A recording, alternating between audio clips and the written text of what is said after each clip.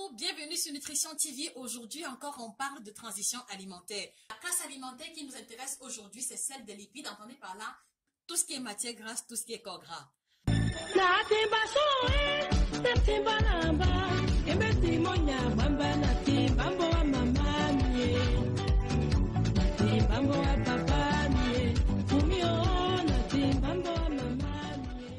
Alors, comment donc opérer de façon efficiente et consistante la transition entre la mauvaise matière grasse ou alors la matière grasse que nous avons eu l'habitude de manger pour nous tourner vers la matière grasse qui va nous aider à nous nourrir? Vous l'aurez compris, c'est la thématique de ce jour. Rappelez-vous, il y a quelques semaines, nous abordions la question de la transition alimentaire et nous sommes tombés tous d'accord qu'il y a une différence fondamentale entre manger et se nourrir. Et donc, nous avons pris l'initiative comme ça de partir de chaque groupe alimentaire pour vous démontrer que à partir des aliments les plus consommés qui n'ont pas forcément un impact positif sur la santé, on peut avoir des alternatives qui, eux, vont avoir une valeur ajoutée sur notre alimentation et sur notre santé. Alors, nous parlons de la question de la matière grasse.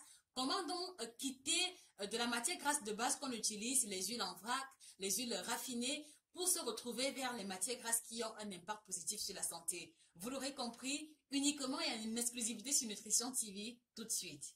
Alors, au niveau de la matière grasse, la principale, ou alors celle qui est retenue ou publicitée comme étant la plus consommée, il s'agit de l'huile de palme raffinée. À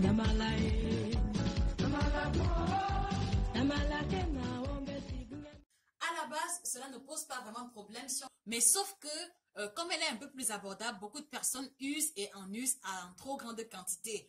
Un dollar, par exemple, où il y a de l'huile qui surnage carrément, des fritures du lundi au dimanche.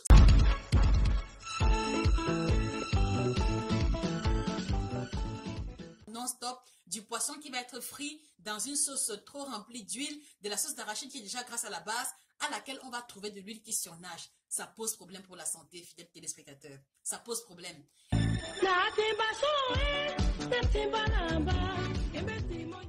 Comment donc arriver à réduire son niveau de consommation de matière grasse? Alors, il est question ici pour vous d'opérer une transition et de vous tourner vers les matières grasses riches en oméga 3 et en oméga 6, à savoir l'huile d'olive, l'huile de colza, l'huile de noix et toutes ces autres huiles qui vont avoir une teneur intéressante en oméga 3 et en oméga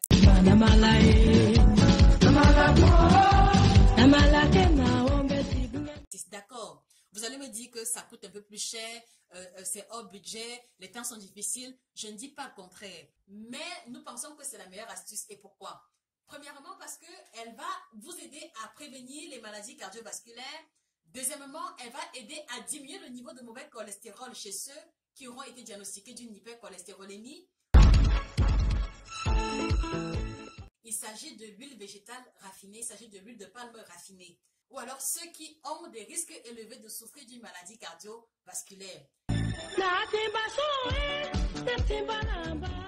Et en troisième lieu, ce que je trouve de très intéressant, c'est que ici, lorsque vous allez vous tourner vers les matières grasses de meilleure qualité nutritionnelle, vous allez réduire instinctivement le niveau de consommation sans que personne ne vous dise quoi que ce soit.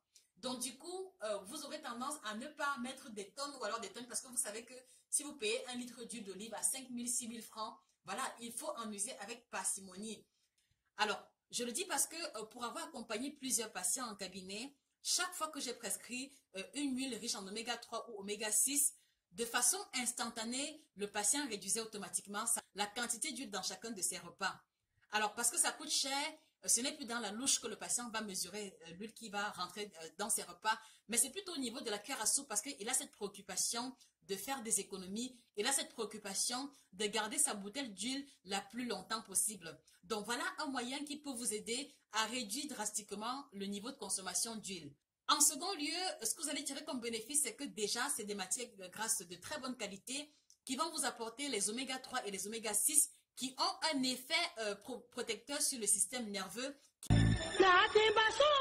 ont un effet protecteur sur le système cardiovasculaire. Et aussi, si vous avez été diagnostiqué d'une hypercholestérolémie, la consommation régulière de ces matières grasses va vous aider à baisser le niveau de mauvais cholestérol.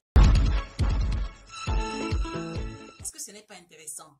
Donc, se sacrifier pour une bouteille d'huile à 5 000, 6 000 francs en prenant la résolution de n'utiliser que 2 à 3 cuillères par repas, de préférence en milieu et en fin de cuisson. Je vous garantis, quand on a de la bonne volonté, cela ne change rien au niveau de la qualité des repas. Certes, le repas est moins luisant, mais cela ne change rien au goût. Et je pense que lorsqu'on est impliqué dans une démarche de guérison, lorsqu'on est impliqué dans une démarche de transition alimentaire, de passer à un autre niveau concernant son alimentation, c'est un sacrifice qui vaut vraiment le détour.